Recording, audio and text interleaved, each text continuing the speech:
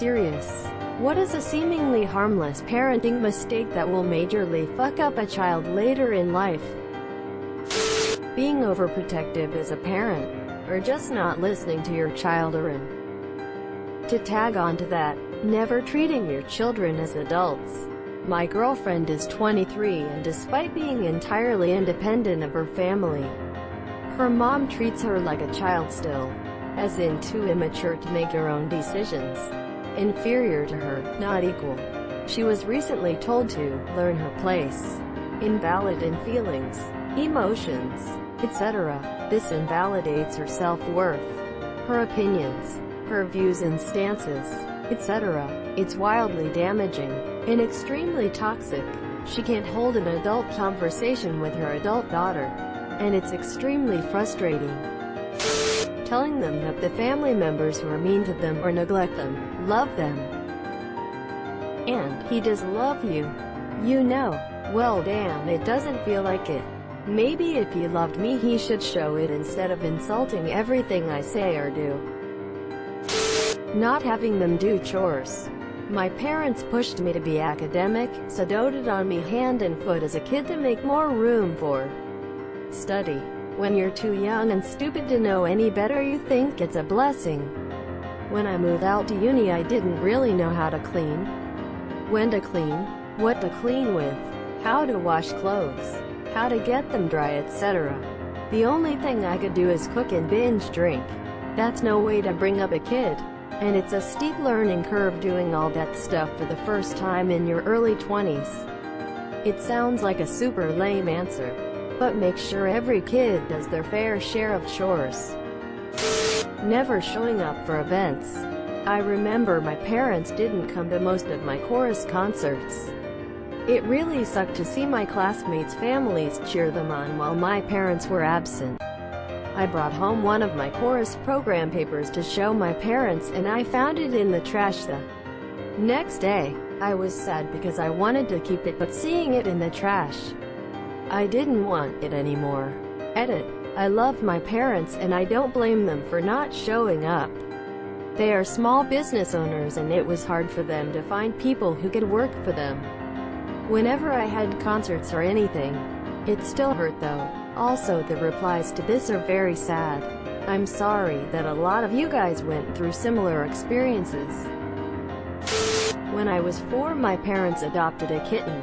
Of course, I had never seen anything quite so delightful before and I could barely keep my hands off the little fur ball. So about 2 or 3 days passed.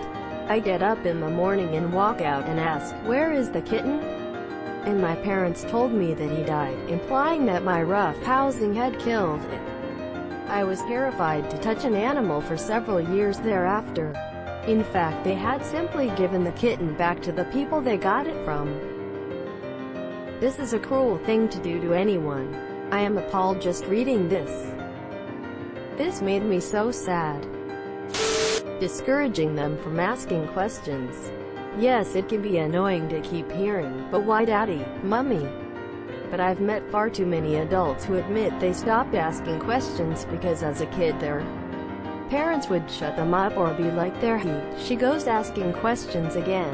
Inquisitive minds need that fostered. Getting them involved in problems they have no control over. My parents felt the need to keep me in the loop regarding our pending foreclosure and argue in front of me over which one was to blame when I was 10. What possible reason is there to share that with a kid? I barely slept for months. I was convinced the cops were gonna bust in at midnight and throw us all outside.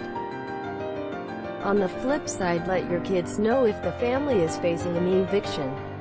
I was the only one home when the marshals came. Of course, my situation was more like my dad saying to me, "We're gonna lose our house because your mother won't pay the bills. Isn't she awful?"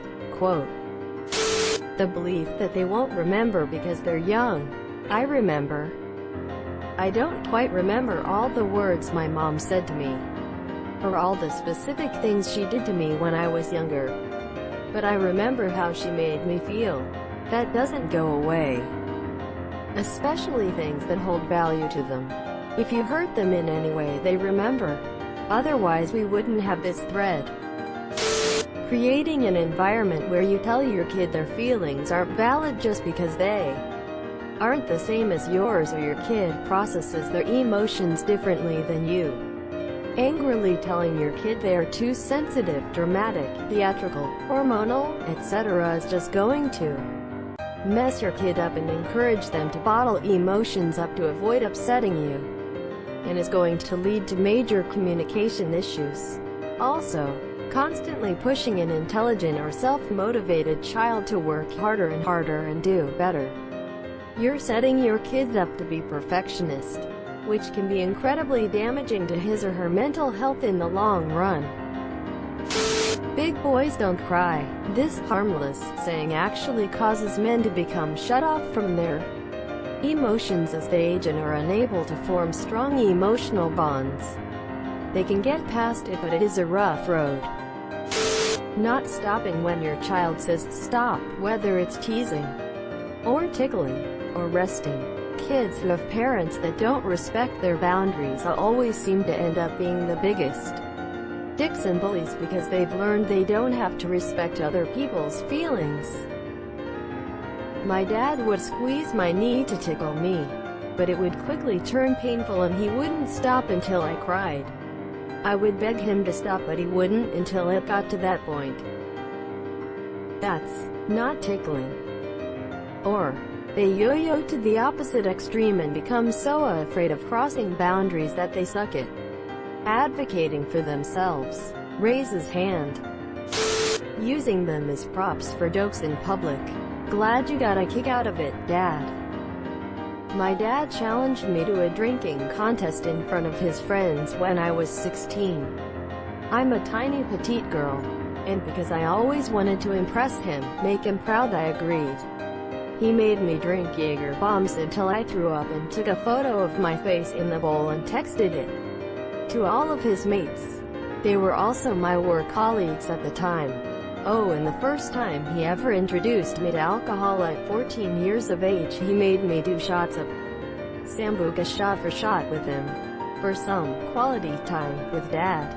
Mom had to take me to the bathroom to be sick and put me to bed. Oftentimes our parents are our first bullies, always assuming the oldest child is to blame for everything, and that the younger child is an innocent and perfect angel. Telling your kid they are always a winner. We love our kids and want them to feel special, but it's setting them up to be disappointed later in life when they find out not everyone can win. Let them feel the disappointments early on, and teach them it's okay. They'll grow up better able to handle the stresses of life. I always hated playing games with my younger brother for this reason. It was always let him win. He's 7 years younger. Whenever I get told that with my sisters, I always say, no, I'm not gonna let them win. They won't get any better if I just let them. Now my oldest sister can actually beat me sometimes, so it definitely pays off. No discipline at all. I have a cousin who was always told they could do whatever they wanted in life and did not get into trouble at all despite some rough behaviors. 20 years later they are in therapy when they realized it was because they never really were disciplined in life. Cousin is getting over some past trauma. If someone close to the family dies, don't say to your children, they're just sleeping. Congratulations, you just created a lifetime insomniac. My 5-year-old understands death. We don't sugarcoat much, and death isn't taboo. When a kid understands death as a permanent condition, it makes it easier to explain the gravity of dangerous situations. Finally, something that seems harmless but isn't. Sticking through a toxic fucking relationship with the kids. It doesn't help. Part ways. Be good parents. Spend quality time together with the kids. But don't stay together and fucking hate your lives under the guise of it being for the kids. We pick up on your shit. It's a terrible example to set. Not giving them a factual and straightforward sex ed talk. My parents answered my questions truthfully and at an age-appropriate level throughout my childhood. and I am extremely thankful for it. Others around me have clearly not been that lucky. Edit. Typo. To expand on this, it's important to have factual and straightforward conversations about most things. It's okay to say, "I don't know," if you honestly don't know how to answer. But kids deserve to hear that their feelings and questions are valid. "I don't know, but let's find out," is an even better answer. You're rewarding curiosity and teaching the value of learning. Edit. Yes, I know this is awkward if it's sex ed. The comment I replied to was being more general, and so was I. I'd even phrase it, "I don't know. What do you think? Let's find out."